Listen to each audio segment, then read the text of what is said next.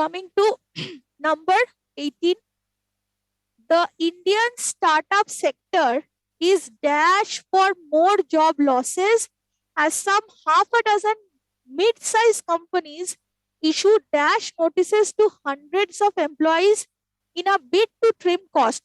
পরেই বোঝা যাচ্ছে যে এইখানে কিছু মানে কি বলবো জব লসেস, ঠিক আছে, এইসব নিয়ে কথাবার্তা হচ্ছে। ওকে, তাহলে কি আছে, দ্য ইন্ডিয়ান স্টার্টআপ সেক্টর মানে হচ্ছে যারা নতুন মানে নিউ অন্টারপ্রেনিউর্স, যারা নতুন ব্যবসা দাঁড় করাচ্ছে, সেই সেক্টরটা is dash for more job losses. তার মানে এখানে আমরা প্রিপেয়ারিং বলতে পারি, ঠিক আছে, something like preparing for more job losses. তার মানে তারা প্রস্তুত হচ্ছে, প্রিপেয়ার করছে for more job losses as some half a dozen মানে ছটা mid size companies মানে not very big, not very small. Mid size companies are doing what?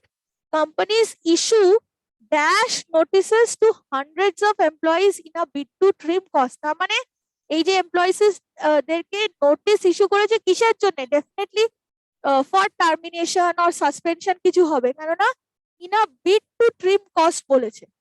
In a bid to trim cost তার মানে cartel cost মানে খরচা cartel করার জন্য, কমানোর জন্য, মানে এমপ্লয়িজদেরকে হয়তো ছাঁটাইয়ের সিদ্ধান্ত নিয়েছে বা কিছু করেছে, ঠিক আছে। সো পুরো সিনারিওটা বোঝা গেল। Now we are going to look at the options. প্রথমটা কি বলছে? স্টার্টআপ সেক্টর ইজ টায়ারিং হবে না, প্রথমেই ক্যান্সেল হয়ে গেল। আর তার সাথে আছে কল অফ এখানে অনেকগুলো ইয়ে আছে, ফ্রেজাল ভার্ব আছে, আগে সেগুলোর মিনিং গুলো বলে দিই। কল অফ এর মানে হচ্ছে টু ক্যান্সেল, লেট অফ এর মানে হচ্ছে টু সেট ফ্রি, অর বলতে পারি টু রিলিজ, ঠিক আছে, টু ফরগিভও হতে পারে, টু ফরগিভ, ঠিক আছে, টু পার্ডন, অনেক কিছু হতে পারে। এগুলো খুব ইম্পর্টেন্ট, এই এগুলো ফ্রেজাল ভার্ব গুলো। পুট অফ এর মানে হচ্ছে two delay something, two delay some work or something,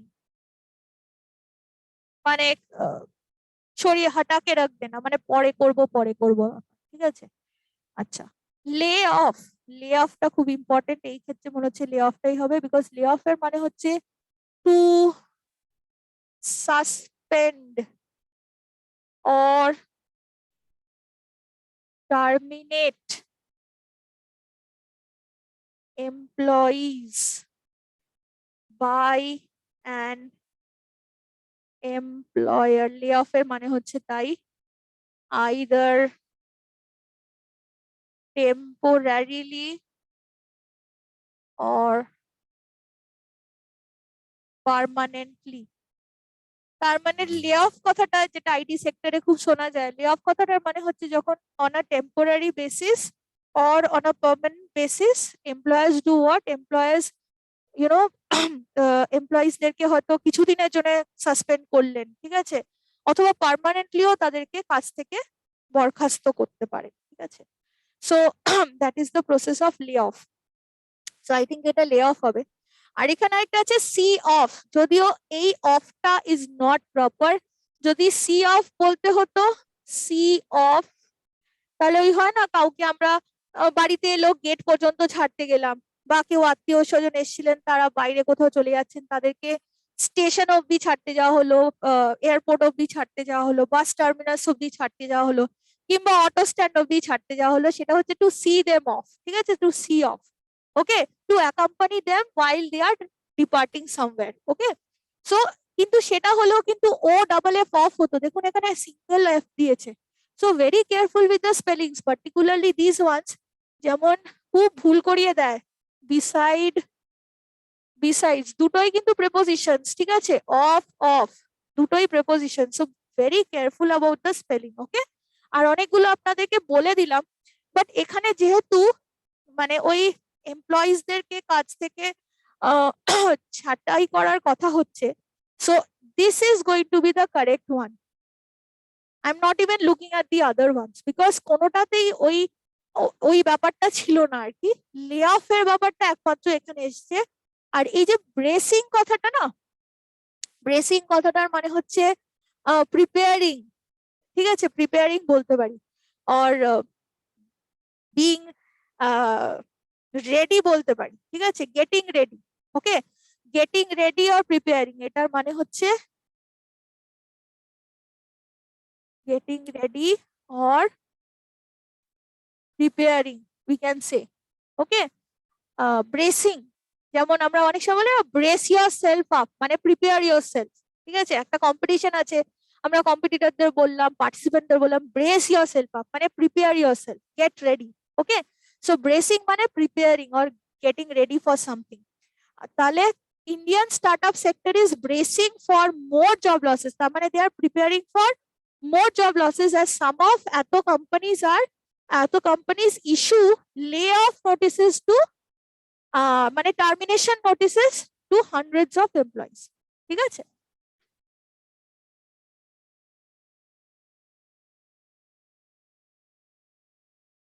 Next one, India seems to have dashed the effect of demonetization. Another one on demonetization. India seems to have dashed the effect of demonetization with the economy growing at an unexpectedly robust মানে হচ্ছে, এটার মানেটা হচ্ছে strong, powerful, also healthy. Robust individual মানে healthy individual with a good physique and all. Okay, so unexpectedly robust 7% in what was dashed to be the worst in October-December quarter. তাহলে কি হচ্ছে, বলছে মোটামুটি পড়ে যেটা বোঝা যাচ্ছে যে যে ইন্ডিয়া মানে ডিমনিটাইজেশনের যে ধাক্কাটা উতরাতে পেরেছে আর, ঠিক আছে, সেরকম একটা জিনিস নিয়ে আলোচনা হচ্ছে। অলরাইট, তাহলে যেটা আমরা দেখতে পাচ্ছি কি কি আছে, India seem to have defied. Now defied কথাটার মানে হচ্ছে ডিসোবেড অর ডেয়ার্ড অর চ্যালেঞ্জ, ঠিক আছে, অর ওয়েন্ট अगेंस्ट মানে অমান্য করা, ঠিক আছে, একেবারে মানে যা বলা হচ্ছে, যা করা উচিত তার একদম উল্টোটা করা, ঠিক আছে। সো ডিসোবে কথাটা হচ্ছে ডিফাইড, তাহলে ডিফাইড ডিমনিটাইজেশন বলে কোনো ব্যাপার হয় না, তাহলে ওটা ওইখানেই ক্যান্সেল হয়ে গেল। ডজ, ডজ মানে হচ্ছে অ্যাভয়েডেড, ঠিক আছে, সবগুলো ভার্ব, ডিফাইডটাও ভার্ব ছিল, দেখা যাক আর কি আছে। ডজ মানে হচ্ছে অ্যাভয়েডেড, ঠিক আছে, ডিফাইড মানে তো যেরকম বললাম গোয়িং अगेंस्ट, ডিফাইড যখন বলেছে তাহলে ওয়েন্ট अगेंस्ट হবে, আর ডিসওবেড হবে পাস্ট টেন্স অল, ঠিক আছে। Avoided the effect of demonetisation with the economy of growing at এত in what was evaluated মানে জাজড বা ক্যালকুলেটেড বলতে পারি, এটা ঠিক আছে, কিন্তু অ্যাভয়েডেড বলবো না, বিকজ ডিমনিটাইজেশন হয়েছে এবং ইন্ডিয়া তো সেটাকে অ্যাভয়েড করেনি না, পুরো ধাক্কাটা খেয়েছে, তা অ্যাভয়েড কোথা থেকে হলো, অ্যাভয়েডেড হবে না। আচ্ছা, 3 নম্বর ব্রেভড হতে পারে, ইয়েস রাইট, ব্রেভড হতে পারে, it is a good option. Braved মানে হচ্ছে ধাক্কা সামলে ওঠা, ঠিক আছে, ব্রেভ কথাটা খুব সুন্দর, ব্রেভ মানে হচ্ছে সহ্য করা, টিকে থাকা, সেটা হচ্ছে ব্রেভ, মানে একটা ঝড়ঝাপটা কিছু সে সামলাতে পেরেছে, মানে সম্মুখীন হয়ে সেখান থেকে বিজয়ী হয়ে এসছে, এরকম টাইপের ব্যাপার, ঠিক আছে। তাহলে উইথস্ট্যান্ড বলতে পারি, ব্রেভ কথাটার মানে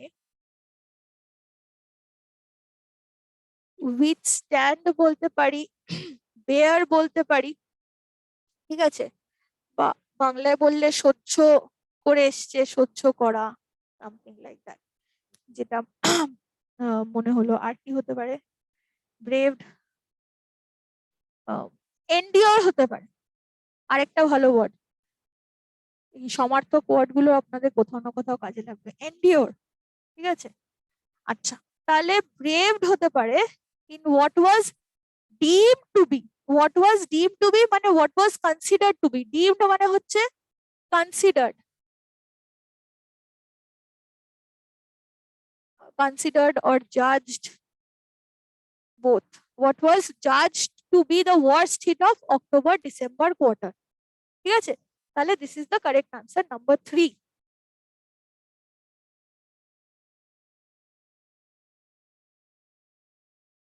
India's drug regulator will look into dash that 4 leading pharmaceutical companies are dashed to set the prices of anti-diabetic drugs. Okay, India's drug regulator তার মানে কোনো সংস্থা যাদের কাজ হচ্ছে ড্রাগস মানে কি medicines are not the other drug, so তারা ওভারসি করেন, সুপারভাইজ করেন বা রেগুলেট করেন। উইল লুক ইনটু মানে হচ্ছে যারা ইয়ে করবে আর কি, লুক ইনটু মানে যারা দেখবে বা ওভারসি করবে বা সেই ব্যাপারে ব্যবস্থা নেবে। লুক ইনটু খতিয়ে দেখবে, ব্যবস্থা নেবে, হোয়াটএভার। কি ব্যাপারে? Dash that 4 leading pharmaceutical companies are dash to set the price. Set the price মানে প্রাইস নির্ধারণ করছে of anti diabetic drugs. Okay, number 1 কি আছে? অ্যালিগেশনস। ওকে, এটা হতে পারে ইন্ডিয়াস ড্রাগ রেগুলেটর। যখন ড্রাগ রেগুলেটরের কথা বলেছে তার মানে নিশ্চয়ই কোনো একটা গন্ডগোলের ব্যাপার আছে, ঠিক আছে? তো এবং 4টে কোম্পানিকে নিয়ে ব্যাপারটা কথা হচ্ছে। So will look into the allegations. Allegations মানে অ্যাকিউজেশন, পরেরটাতে আবার অ্যাকিউজেশন আছে, দুটোই সমার্থক শব্দ কিন্তু এইটা মানে আরোপ বা অভিযোগ, ঠিক আছে? অভিযোগ বলা যেতে পারে। Will look into allegations that যে 4 leading pharmaceutical companies are colluding, হ্যাঁ, colluding to set prices of anti diabetic drugs. Yes, colluding মানে হচ্ছে কনস্পায়ারিং, তার মানে তারা মানে কোনো সিক্রেটলি কিছু একটা মানে মিটিং করছে, কিছু একটা মানে আনলফুলি কিছু করার একটা পরিকল্পনা করছে, ঠিক আছে? সো গোপনে আতাত করছে, এটাও বলা যেতে পারে, ঠিক আছে? তো আমরা বলতে পারি মানে হ্যান্ড ইন গ্লাভস একটা ভালো ওয়ার্ড এটার সাথে ম্যাচ করে। এই কলিউড কথাটা, কলিউডিং না, কলিউড মানে হচ্ছে hand in glove. Hand in glove মানে হচ্ছে যারা মানে খারাপ কাজে যারা একজন আরেকজনের সহায়ক আর, বা কনস্পিরেসিতে যারা একজন আরেকজনের, হিন্দিতে যে মদদগার বলে একটা ওয়ার্ড আছে, যে একজন আরেকজনের কে মদত দিচ্ছে খারাপ কাজ করতে। So they are hand in glove in some illegal unlawful activity. Okay, so সেটা হতে পারে। সো কলিউড হচ্ছে সেখান থেকে কলিউডিং এসছে, তো কনস্পিরেসি বলতে পারি। কলিউডিং যদি বলি এটা যেহেতু কন্টিনিউয়াস টেন্সে আছে, তাহলে কনস্পায়ারিং কথাটা could be appropriate. Conspiring to set the prices of anti-diabetic drugs. Yes, এটাই হবে। আর কন্ট্রাইভিং হবে না, কন্ট্রাইভিং কথাটার মানে হচ্ছে ক্রিয়েটিং, ঠিক আছে? কন্ট্রাইভিং হবে না, বাকিগুলো হবে না। আপনারা কাইন্ডলি মিনিং গুলো একটু দেখে নেবেন, because we are running short of time. আমি এটাই বলে দিলাম। So this is the correct answer. Okay, and very quickly যদি আর একটা দুটো করা সম্ভব হয়, because we are running short of time today. Due to the rise of cyber attack, the government has dash banks to take precautions by dash security measures so as to guard individual banks as well as entire system from such attacks. কি হতে পারে? Government বলেছে, নির্দেশ দিয়েছে বা কোম্পানিজদেরকে বলেছে যে কিছু করতে, কিসের ব্যাপারে? বলেছে যে সাইবার অ্যাটাক হচ্ছে, সেই ব্যাপারে ব্যাংকদেরকে কিছু ব্যবস্থা নিতে বলেছে। এই হচ্ছে পুরো গল্পটা। প্রথমে পড়ে যাক। Due to the rise in cyber attack, the government has dash banks to take precautions by dash measures. Okay, আচ্ছা, যদি বলি আস্ট তাহলে জাস্ট বলেছে, ঠিক আছে? Dash asked banks to take precautionary measures by undermining. Now এই undermining কথাটার মানে হচ্ছে থ্রেটনিং, ঠিক আছে? তাহলে তো একেবারেই হলো না, এটা তো একেবারেই ইনঅ্যাপ্রোপ্রিয়েট, ঠিক আছে? তাহলে এটা হলো না। সেকেন্ডটা কি আছে? Has addressed banks. ওই অ্যাড্রেস কথাটা আগেও এসেছিল, যে তাদেরকে বলা হয়েছে to take into consideration or discuss or do take necessary measures আর কি। By by performance security measures, এটা আবার হলো না, এটা তাও বা যাচ্ছিল কিন্তু এটা হলো না।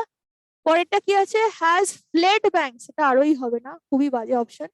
আচ্ছা, নোটিফাইড ব্যাংকস, নোটিফাইড ব্যাংকস মানে হ্যাঁ এটা হতে পারে। নোটিফাইড ব্যাংকস মানে হচ্ছে আহ মানে কি বলবো, নোটিফাইড মানে হচ্ছে বাই ওয়ে অফ, মানে জানিয়েছে আর কি, ডিক্লেয়ার্ড মানে informed or declared officially, informed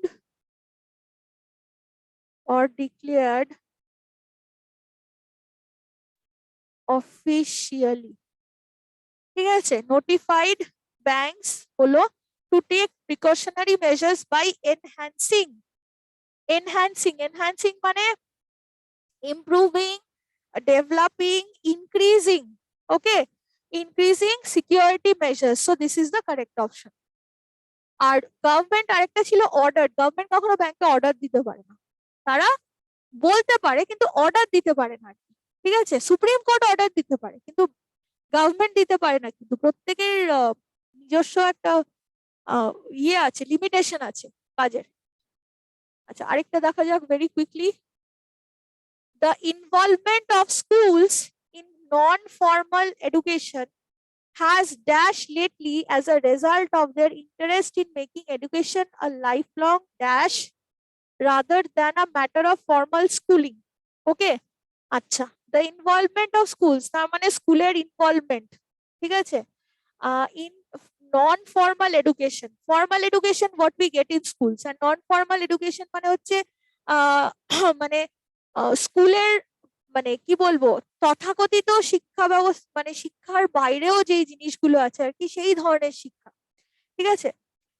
তাহলে হ্যাজ ড্যাশ লেটলি ইনক্রিজ বলে যেতে পারি as a result of their interest in making education a life long dash rather than a matter of formal schooling.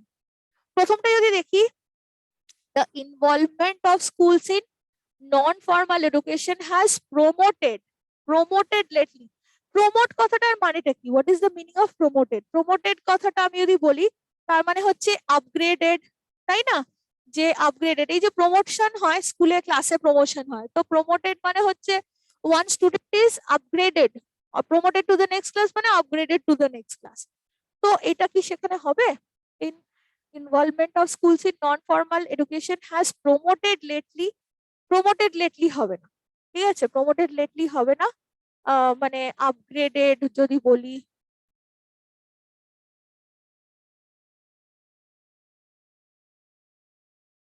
Upgraded or aided, হেল্পটা বলতে পারি, ঠিক আছে। এটা ঠিক হলো না। পরেরটা, সোর্ড মানে হচ্ছে ইনক্রিজড, মানে অনেক বেড়ে গেছে, মানে ইনক্রিজড র্যাপিডলি বললে আরো ভালো হবে, ইনক্রিজড র্যাপিডলি, এটা হতে পারে, দেখা যাক। The involvement of schools in non-formal education has increased rapidly, ঠিক আছে, lately মানে সাম্প্রতিককালে, as a result of their interest in making education a lifelong balanced, মিললো না, এটা একেবারেই মিললো না, ঠিক আছে। ব্যালেন্স, লাইফলং ব্যালেন্স মানে কি, no meaning at all. non-formal education has built lately হচ্ছে না, এটাই ভুলভাল ছিল, হলো না। তারপরে has developed as a result of their interest in making education a lifelong planned rather, না এটা মিললো না, এটা মিললো, দুটোই বাজে, এটা হবে ইনক্রিজ লেটলি, ঠিক আছে। হ্যাজ ইনক্রিজ লেটলি তার মানে মানে সাম্প্রতিককালে নন ফর্মাল এডুকেশনের ক্ষেত্রে স্কুলের ইনভলভমেন্টটা বেড়েছে, কেননা তারা মনে করছেন যে যে মানে কি বলবো, যে তারা মনে করছেন এডুকেশনকে একটা লাইফ লং পারসুট হিসেবে দেখতে, rather than a matter of formal schooling, ঠিক আছে। এই পারসুটের কথাটার মানে হচ্ছে কোয়েস্ট, ঠিক আছে, কোয়েস্ট বলতে পারি, বা বলতে পারি what can I say, chase বলতে পারি, বা অ্যাকশন অফ পারসুইং সামওয়ান, অনুসরণ বলতে পারি বাংলাতে, ঠিক আছে, অনুসরণ বা কোয়েস্ট বা চেজ। তার মানে তারা চাইছে যে স্টুডেন্টসরা যাতে মানে এডুকেশনকে একটা লাইফ লং কোয়েস্ট হিসেবে দেয়, একটা সারা জীবন যাতে তারা এডুকেশনটাকে একটা এডুকেশন এর সাথে সাথে চলতে থাকে, পার্সু করতে পারে, সেরকম একটা জিনিস হিসেবে তারা দেখতে চাইছেন। তার জন্যই তারা তাদের মোড অফ এডুকেশনটাকে ডেভেলপ করতে চাইছেন। ঠিক আছে, ফর্মাল থেকে ইনফর্মাল এডুকেশনে তারা ইন্টারেস্ট বেশি নিচ্ছে। ঠিক আছে, তাহলে আনসার উড বি নাম্বার 5। ঠিক আছে, ওকে, সো উই আর অল, আমাদের অনেকটাই টাইম হয়ে গেছে, আজকে তো বাকিগুলো করা সম্ভব হবে না। So we are already running late. Okay, thank you everyone. I hope you like today's class, and please go through all the word options, look into the dictionary, look into the meaning and also the part of speech of these words. I'm sure যে এগুলো কোথাও না কোথাও আপনাদের help করবে, এবং similar ওয়ার্ডস যেগুলো দিয়েছি সেগুলো মনে রাখার চেষ্টা করবেন। ঠিক আছে, থ্যাংক ইউ সো মাচ।